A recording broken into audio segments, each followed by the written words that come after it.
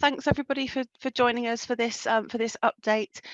We wanted to take you through the deck that we've got here with some of our facts and figures in it from 2024 and early thoughts on sorry, facts and figures from 22 and early thoughts on 2024. Getting ahead of myself there.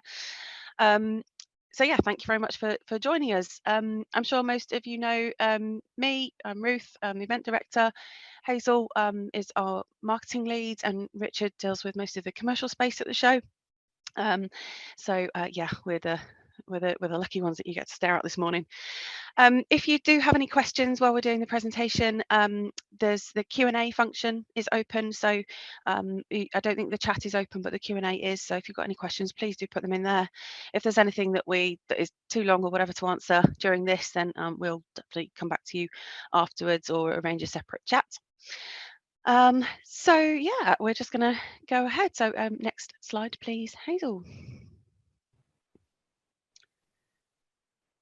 So we're going to go straight in with our numbers. We'd normally like to play you a little video before to remind you what the show looks like, because we've got a lovely highlights video, but due to the constraints of Zoom, we can't seem to talk to you and play the video as well. So we will send the link to the video in the full deck that comes after this, and we're also recording this as well. So yeah, our numbers for 2022 were at just over 11,500 unique visitors. That is BPA audited, and you know it takes them a while to go through everything with a fine tooth comb, but that is basically the lowest number that we can give you. You know that doesn't count any exhibitors, doesn't count any repeat visitors or anything like that. So it's the very, very lowest number we can give you. Obviously, that was over 3 days rather than 4. As we all know, but our audience split remained at 60-40 enthusiast professional, as it normally is. And I've just realised that Richard's supposed to be doing this slide, so I'm going to hand back over to Richard, and he's going to take you through the rest of the stuff. Thanks, Ruth. So yeah, as Ruth said, the numbers are as they are. We all know the challenges that we face with the show this year, and we'll move on to the next slide. And just so you know, a lot of the results in here are as from direct result of surveying of our attendees, our non-attendees, etc. So we'll cover that as we go along. Next slide, please, Hazel. So prior to the show this year, the slight concern was the train strike, which was planned for the Saturday. So and again, we won't read through all of this verbatim for you. We will be sending you the presentation, but we addressed that might be an issue for us in terms of people getting to the show. So there were a few things we put in place. We communicated with all visitors and gave them alternative routes for parking, travel, and we even laid on a couple of coaches from London to come up to the show, which were very well received and are actually something that we're going to look at going forwards as well. Of course, as we all know, that kind of paled into insignificance with the news around the passing of the Queen. We established when it was reported that the Queen was ill, and then sadly when she passed, that the funeral was likely to take place on a day that the show was open. So of course, as you know, we communicated that to all exhibitors, and then when we found out when the actual day was, we communicated that too, and as we all know, it was the Monday. There was a mixed reaction to the news and what we had to do with the show, but I think we all understand as we got close to the show and we all took the temperature of how the country was, it was clearly the right thing to do to shut the show on the Monday. All exhibitors were offered a 25% refund on their space at this year's show, or a 25% credit on their appearance at the next show. So if you want to pick up anything with me offline, if you've not spoken to me about that afterwards, please do drop me a line. And then of course we also had to get in touch with all of our visitors and give them the option to refund as well. And then the big challenge, especially for Hazel and Ruth, was to look at moving the content that was planned for that Monday and moving it across the other 3 days of the show. So this involved moving 30+ content sessions, 2 super stages, and pro masterclasses. And of course, communicating to anyone that was planning on coming on the Monday that they did have the option to come on any of the other days to the shows. That said, we did survey all of our non-attendees this year, and 45% identified the reason that they didn't come is because Monday was the only day they could come, unfortunately. Next slide, please.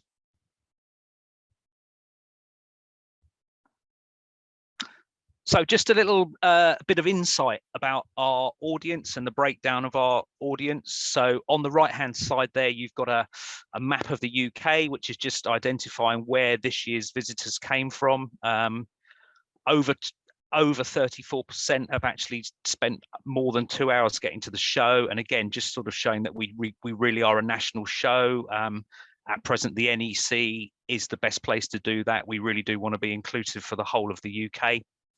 And then just a few sort of insights into some of the things that we've been working on since the start of the show, really. Anyone who's a regular at the show, or even a first-time person at the show this year, will have painted a picture of the types of visitors we have. And predominantly our biggest visitor group has been the over 55s, who we absolutely love because they're fully engaged with the show. They visit the show, they spend lots of money at the show.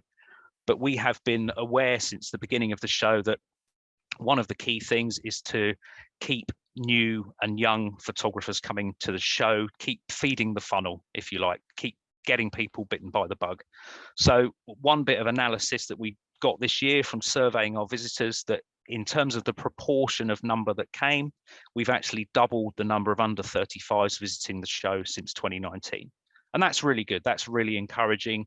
And we'll come on to some of the content further on down the line, which sort of emphasizes how we've done that and things that we plan to build on, but at the same time looking after our core audience because we love them too.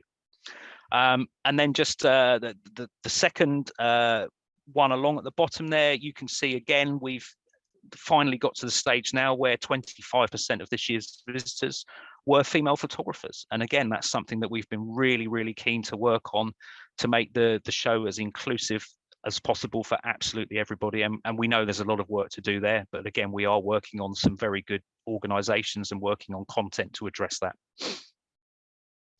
Next slide, please.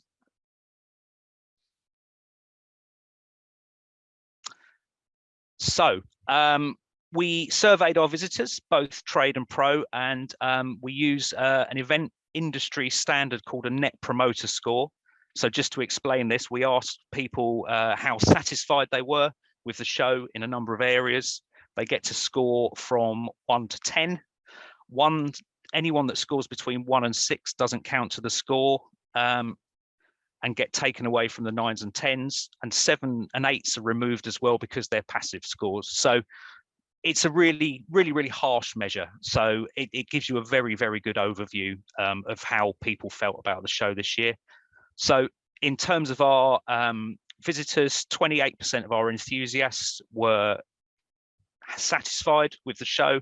That's really, really positive. That's up on last year considerably, as you would expect, but also above the industry average. And likewise with our pro and trade visitors, that was considerably up and ahead of the average. And you would expect our trade and pro visitors to be more critical of us anyway. And just whilst we have our exhibitors here, one of the key reasons for that was because so many of you were with us at the show this year and made the show such a great show. So many things for people to see, look at and buy, despite the troubles we had on the Monday. And then overall satisfaction score, again, to be just over 4 and just below 4 with trade on a score out of 5 is very good. That's where we would expect to be, and is really getting us back up to where we were pre-pandemic in terms of people wanting to come to the show. And as you can see, 92% of them identified as being engaged. So that means they either feel they have to come to the show, want to come to the show, or in most cases, both. And then you'll know from being there and speaking to everyone what a passionate, engaged audience we have. And then just a quick reminder that 81% of our visitors are unique. They do not go to any other photography or imaging show other than us.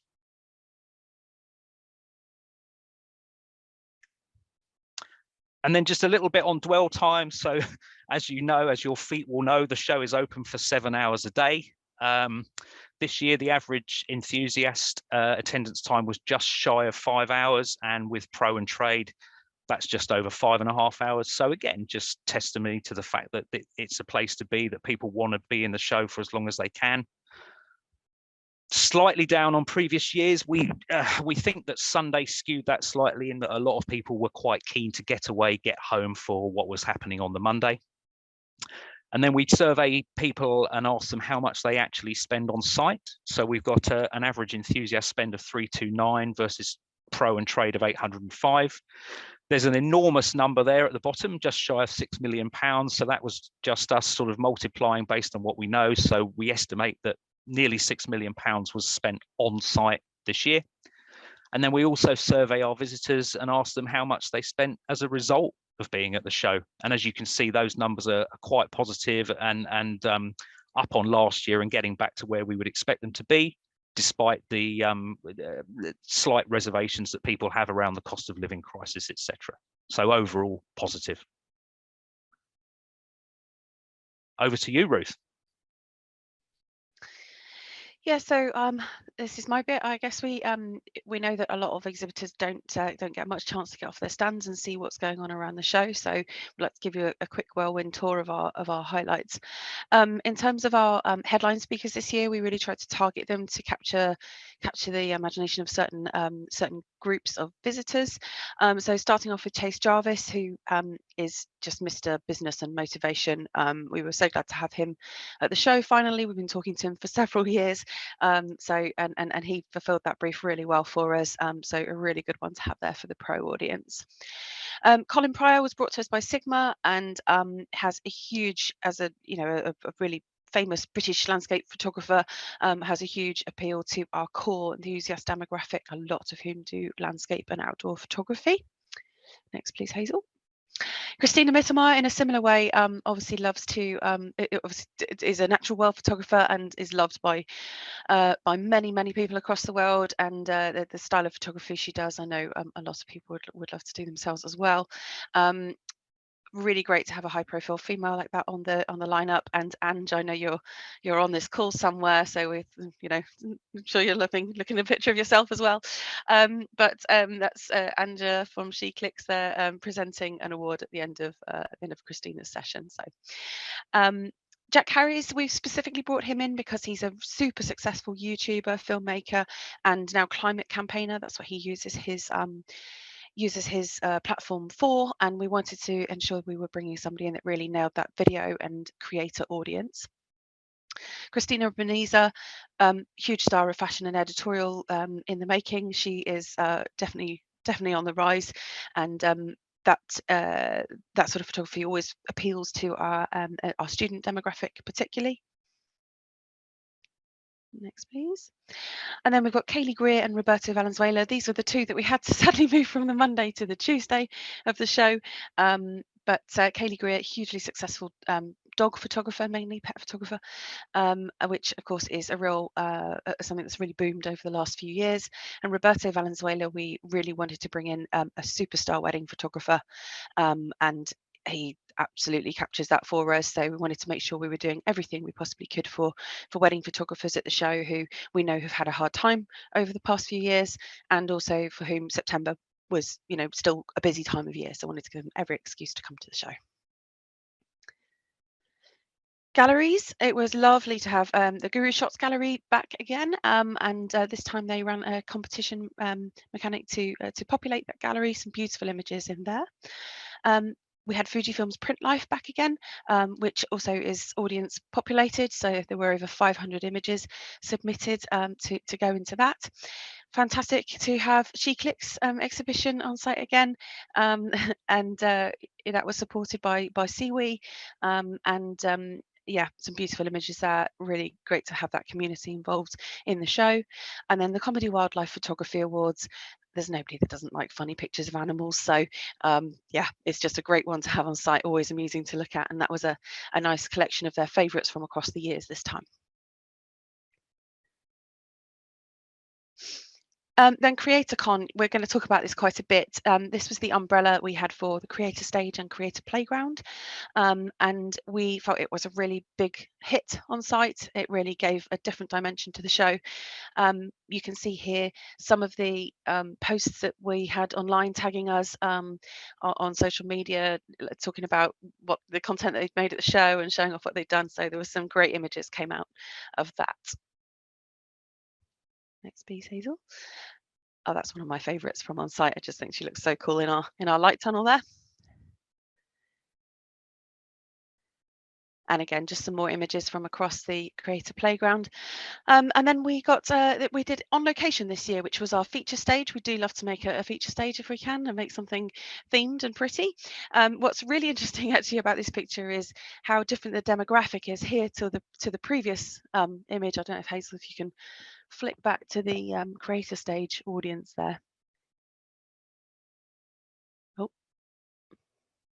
yeah, there we go. You can really see the difference in the audience demographic there. So that Creator Stage was really working to pull in that younger demographic, which was really one of the things we designed it for. And then the old and the new. So I think it's great to have these two things alongside each other and work it in so close together at the show. So the analog feature returned and stage and all those analog exhibitors as well and demonstrations. I just think it's great to be able to showcase that kind of retro technology, but there's also innovation there. Really appeals to young people again, alongside the creator stuff, which is really at the forefront of technology and trends. Then we've got what I call the TPS staples. So we've got the behind the lens stage here. Geraint Radford there presenting on macro photography to a packed audience. And Photo Live, which is a real favourite at the show because we can do so many exciting demos on there. This one we've just highlighted here was a little bit different because it's David Lund and his fish tank experiments, and he supplied us some of the images from post-production as well, which we thought were fabulous. So. Next, please. And I'm going to move on to Hazel. So in terms of key wins, kind of strategically in terms of audience and experience, as Rich has mentioned previously, we are always looking to improve the show and really to make it as welcoming as possible to across a range of audiences. We are making inroads with the gender side of things, and we've also been working with communities like UKBF TOG over the last couple of years, and anecdotal feedback from them is that we're also looking at a much more ethnically diverse audience as well. So we're really pleased that we're making inroads overall in terms of being a welcoming show. Sorry, my mouse and me are not coordinating ourselves very well today.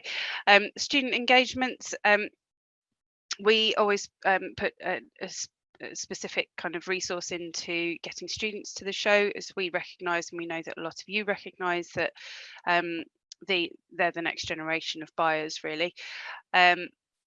We had some concerns around students this year, just because the universities weren't back at the weren't back in the swing of things when we ran the show, but actually what happened is that we were able to engage more with pre-university students and get them along instead.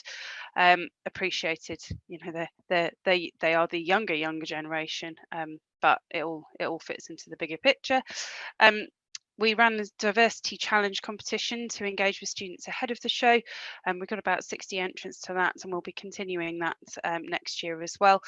The winner of that, who isn't shown there, was actually a first year A-level student. She was up against some third year degree level, so she was delighted and we were delighted with her as well.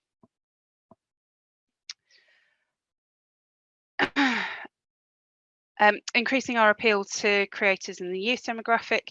Obviously, as we've said, content creation is a big thing when it comes to photography and video these days. And the CreatorCon aspect really did pull in that younger demographic as well.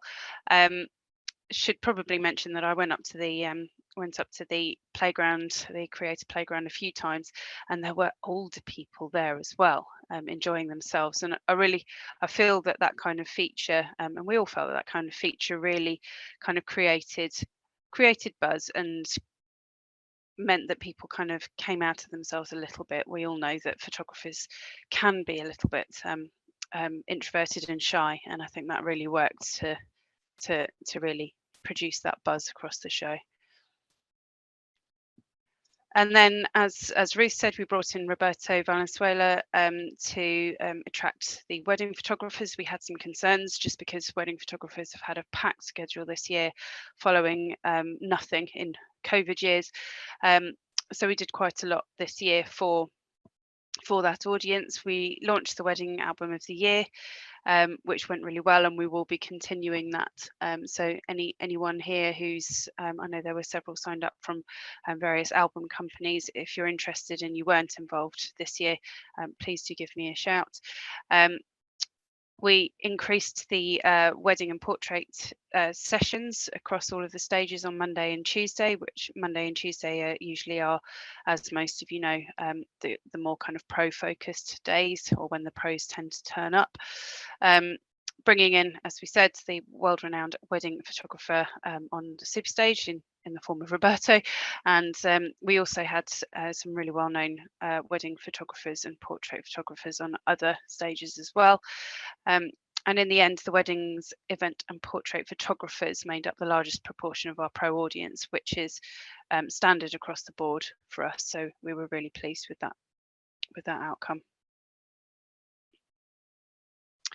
In terms of media and social coverage, this doesn't include the direct marketing that I do, but this just gives an idea of the kind of exposure that the show's getting pre-show and during what's a kind of 12 to 14 week full-on campaign. I don't think I'm going to read all of those numbers out to you, but if you do have any questions about anything that we do around PR and getting the show and you guys out there across the media, please do let me know. And I will pass back over to Rich. Looking forward to 2024.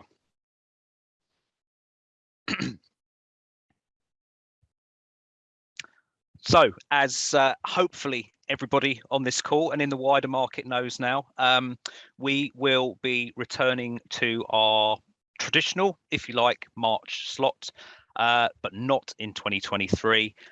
We will be back to 2024. Just to give you a little bit of sort of feedback on that from our point of view, we feel that we were in a position to make September work, and sometimes we talk to ourselves and wonder if we were cursed with what happened this year. But the bottom line is, we think that even without that, we would have been slightly short of where we wanted the show to be for us, for you, and for everybody else. So with that in mind, we've made the call to go to March 2024. Gives us, you, the whole industry, an opportunity to regroup, get through some of the cost of living issues that are out there, and also some of the stock issues that still hamper some companies. And of course, we wouldn't want to do a photokina on you and expect you to all come back to the NEC 6 months later. So we reached out to our visitor database, and the feedback from the audience about this has been really, really positive. There's a string of quotes directly from those people below. I won't put on false accents and read them out for you, but it just gives you an overview of how positively that news has been received. And likewise with our exhibitor base, hopefully everybody on this call understands where we're at with this, but it's been very, very supported by everyone from the major brands through to just about everybody you can think of. Same halls, Hazel. So we'll be in the same halls, 2 and 3. The floor plan is just in the process of being tweaked, with the aisles being put back to normal, etc. If you have rebooked your space on site, you'll be getting the plan from us soon. And likewise, if you are thinking about 2024, that will be available for you soon as well. And we will be, touch wood, back to a show where we're open for 4 whole days. 10 a.m. to 5 p.m. And just to confirm, the dates are 16th to the 19th of March. Ruth. Thank you. Yes. So what we'd like to obviously continue our commitment to for 2024 is, of course, our core audience, our core pro audience at that. We know that weddings, events and portrait photography are very important to the show.